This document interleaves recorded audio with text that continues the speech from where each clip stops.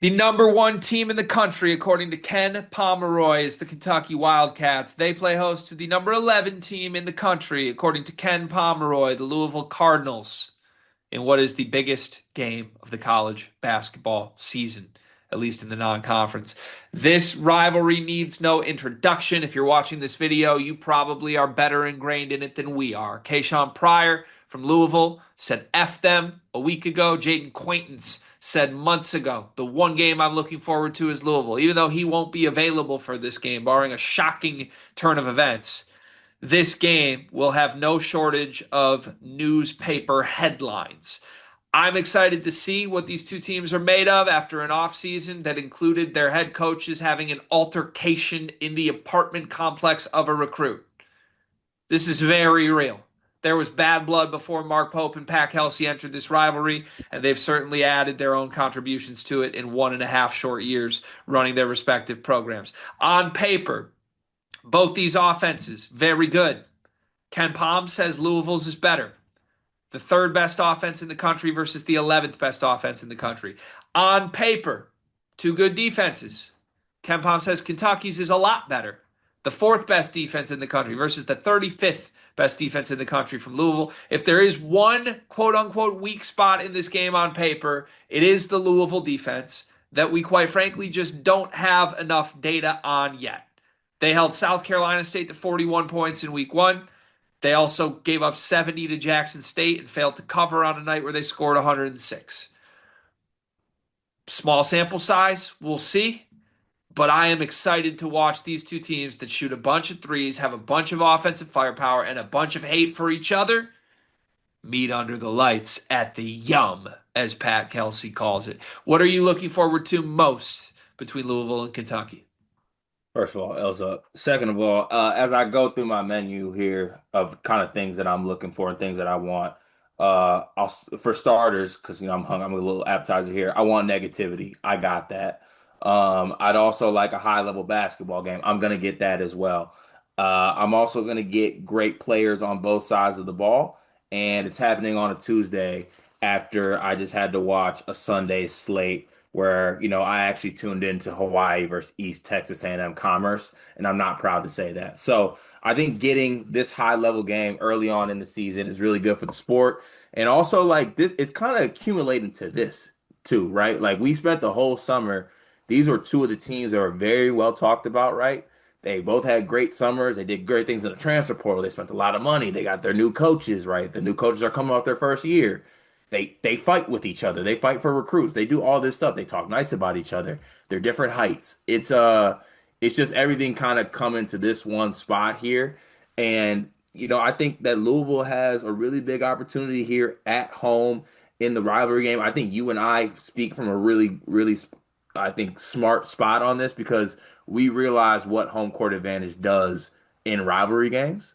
And I think that goes for Louisville in this one. I think it puts them at an advantage, them playing at home, and also Kentucky being down one of their better players in Jaden Quaintance. But at the same time, there's an opportunity for Louisville to do what they need to do and make a statement here. Same thing for Kentucky on that side. They could go into their rival's crib and stomp out all that noise that they've been talking, all the offseason winners they've been talking about, and make a statement in this rivalry game. So I don't know, just in on that level, I'm very excited to watch this game.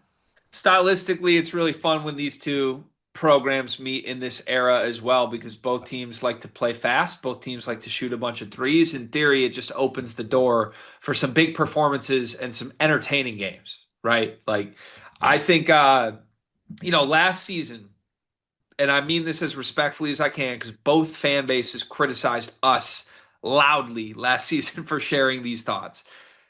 As fun as this game was last year, Kentucky won by 8, 93 to 85, high scoring game, fun one. With all due respect to Lamont Butler, who had 33, and Chucky Hepburn, who had 26, and Fat Edwards, who had 23 off the bench, and Andrew Carr, and all these guys, the level of talent is being upgraded here from both sides, right?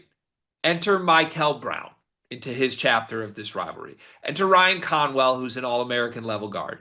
Otega Owe year two is certainly up there, but enter a guy like Jalen Lowe, who was already an all conference player last year. Enter a guy like Jasper Johnson, a freshman like Malachi Moreno. These guys have opportunities to sort of write their story here. And I'm excited for that because I feel like not only is this game a high profile event, but stylistically, the way they play, it really is going to open up the door for the team with the better players every year, right? And I mean this as respectfully as I can. Rupp Arena probably played a part last year. Last year, I think Kentucky won because they had better players. Top to bottom, I think Kentucky had a better roster than Louisville.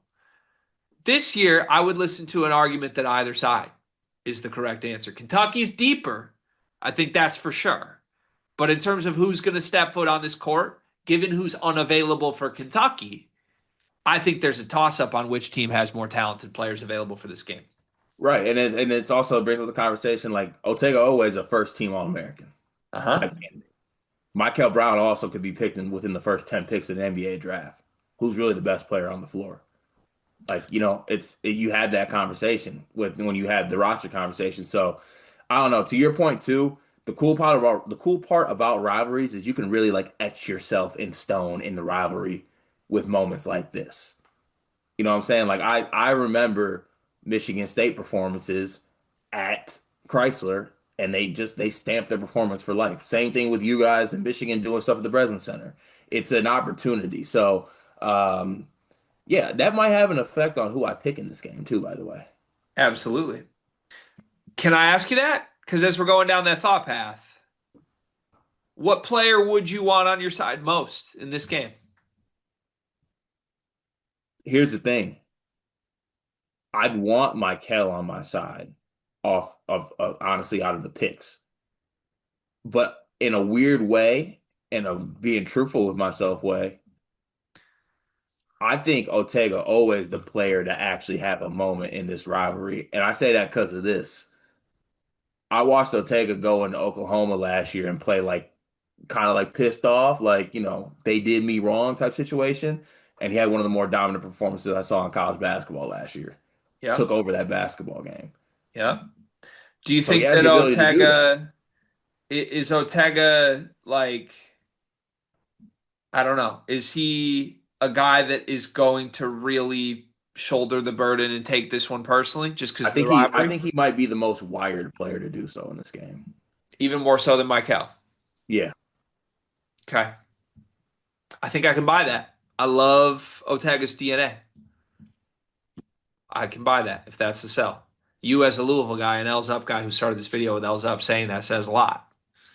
Yeah, listen, that's stating the point and the fact. That ain't stating who I'm picking to win this basketball game. Says a lot. All right. Can I raise something to your attention?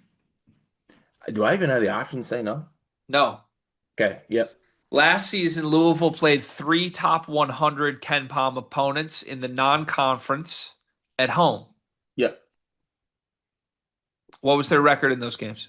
0-3? 0 and 3. Yeah. Can I raise you a question? How many of those games were within single digits? None. Zero. They Can got, respectfully, they I? got packed the hell up at home three times Mhm. in the first month of Pat Kelsey's career at Louisville. Now, they ended up having a phenomenal season, Mhm. but in the middle of December, they were 6 and 5. Mhm. The rest of the year, they went 21 and 3. You're raising your hand. Why? So I'd like to raise a question to raise your question. Raise a question or raise my question. Who's my backcourt in those three games? Good luck, Chuck. And Fat Edwards? All American. That's what we were told. He's great So last year. He was unquestionably objectively amazing last year. he was.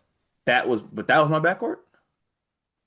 Yeah, he was the headliner in the backcourt that lost by 22 to Tennessee at home, and then lost by 11 to Duke at home, and then lost by 23 to Mississippi at home. I guess that was only two non-conference games because Duke was in the conference. But Yeah. My point is, I wouldn't, I would never talk to you like you were, I don't know, sophomore Michigan State, Greg. I wouldn't talk to you like because you're not that anymore. You're the upgraded version. you have volume and beard for you. Like you don't have that like that High School Musical cut like Lancey Catholic. You're different. You upgraded. I think a lot of people would call that a downgrade, to be honest, but I appreciate you. I'm just saying it's a different. I understand your point mentality wise. Like that did happen, but like my that's me last year. My life changed. Okay. And I look, got Michael Brown, Ryan Conwell, Isaac Neely, Adrian Woolley on my side. listen, they righted the ship, but I think if you are trying to preview maybe the coaching matchup here, Hmm. I think a rather big part of the reputation of these teams right now is that Mark Pope is a big game guy and Pat Kelsey is not. That's fair. Is that fair up until this point of their Up until careers? this point, that is fair. Okay. One game can change that. Maybe Yeah, it's this game. We'll see. sometimes all it takes is one to flip the narrative. Let's go X's and O's schematic stuff here. Louisville's offense versus Kentucky's defense, Kentucky's offense versus Louisville's defense. Which side of the floor matters most to deciding this game? I want to lean like defensive stuff only because of this. And maybe it's not even defensive and offensive stuff. To me, it's like the physicality portion of this. I think Kentucky, if they want to, they can flex their physicality a little bit and their aggressiveness against Louisville and make it tough on them because look, I think we all know what the elephant in the room is with Louisville is that their front court options are a little bit slim. Uh, Nada has not really showed up to this point. Hadley's a good undersized four. Roos is a pretty good five man, but also he's a little bit slender. But he is 6'10 and he's shown some stuff. But I don't know. It's just there's a world where Kentucky can kind of try to out physical Louisville in this one, and if Louisville doesn't match that to a certain extent, it could get bad. Yeah, okay. I think that's fair. I think my eyes are on the Louisville offense against the Kentucky defense because I've put a lot of praise on this Kentucky defense of being elite, even without JQ. This is about as massive of a test as you'll ever see of a defense. Can you go on the road into the into a crazy rivalry packed environment against a team that hates you, that employs two of the top 10 guards in America? And are you going to dictate the game or are they going to dictate the game and you're reacting? Like, if the Kentucky defense is what I think it is, there's some serious physicality put on Michael and Conwell, and they just get them uncomfortable. I don't know who it is taking on the assignments of that, the responsibility of that, probably by committee, right? It's probably 20 minutes of Aberdeen, 20 minutes of Diabate, 20 minutes of Jasper Johnson, even off the bench. Although I will say this, I'd be a little bit afraid about Michael Brown versus Jasper Johnson if those two match up any minutes. Hmm. I think you want to keep the vets on Michael as much as possible in this game, but we'll see. That's the side of the floor that I'm watching. Front courts. I've said it repeatedly. The Louisville front court is the weak spot. If they had a championship caliber center, this team would be a national championship favorite. I don't think they do. Kayshawn Pryor's returned, and he is dynamic and crazy. What does the front court matchup look like to you in this game? I think it should be one that actually Kentucky they have to win that spot. They have to. They have to because I think they have the better front court. So they have to win the spot that Brandon Garrison is manning primarily right now. Yes. Does that feel easy or comfortable to you when you say it out loud? Brandon Garrison will start for Louisville. At the five, Yes. over Nada? Yes. Nada had an okay game against Jackson State. Okay. Anyways. Yes. Okay. And if Fru's been holding back this whole time and he's been waiting to like I don't know, he's been sandbagging this moment a little bit. He's like, now I'm going to show you what I was doing overseas and saving it for this game. Chess not checkers. Appreciate that. But yeah, it's a spot that like for something that could be up in the air, like the guard spot, which is really strong for Louisville, you got to win the one that I think you have the stronger unit in for sure. Yep. Okay. I believe that. Give me a player that has a moment in this game. F it, Michael. What's it look like? Predict the moment. I think it looks like some of the performances you've been seeing from the top freshmen across the country. I'm talking about electric scoring and particularly like a an early 8-0 Michael himself run to force a timeout out of Pope. Okay. How many does he finish with? You got a prediction on that?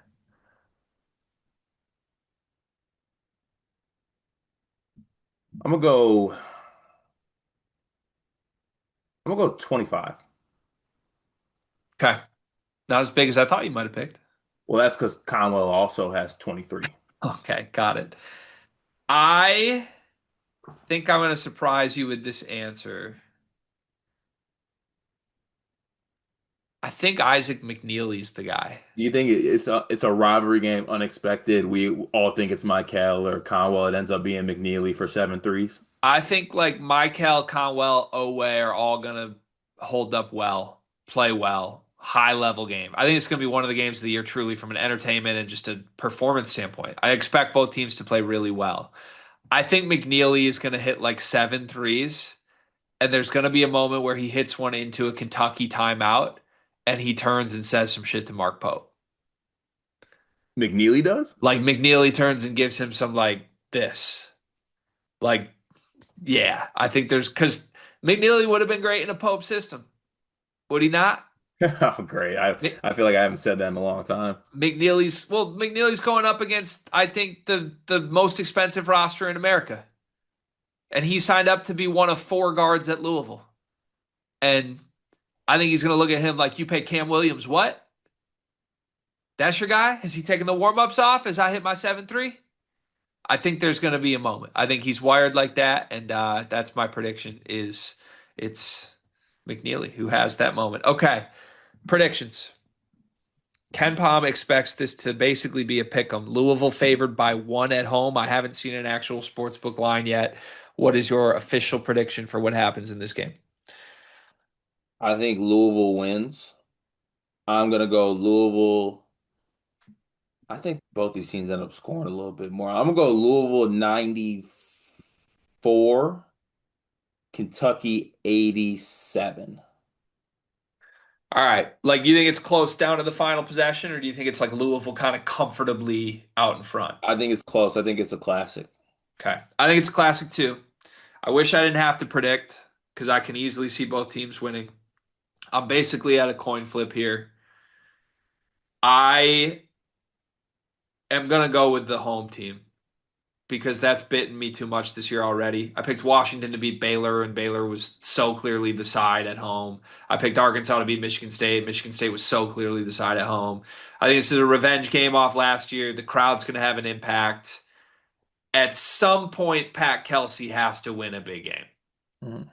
And if he doesn't win this one, it's time for a legitimate dialogue. Mm. He's playing Mark Pope's team with like 3 injured players.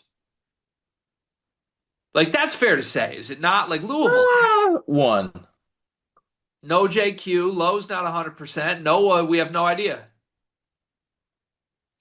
It's 3 of your top 7. I'll give you Quaintance. Low's fine. This is 100% healthy Louisville against a very iffy, healthy Kentucky team at home. If they can't win this game, we're gonna have to talk about it. Okay. Like me and you. Yeah, like I'm not letting you bandwagon a toxic relationship if they can't win this game. We're fine then. They're This gonna win. game is for your rooting interests. Damn, that's a lot of pressure on me. Yeah, Damn. I got Louisville by 2. Classic game winner. Jalen Lowe turnover down 2 on the final possession. Ooh, yuck. And some festivities in the handshake line. Festivities. I Like need some festivities. Pope and Kelsey have a moment again. Does Kayshawn Pryor score? Because sorry, does Kaysen Nick Culver? Does he score? That don't care. Yeah, no, nobody cares for me on that. Yeah, no, I can't believe I didn't even say this in the middle of it. I think this is the day where Pope and Kelsey finally admit they don't like each other. Yes. Yes. I know you want me to end the video. I know.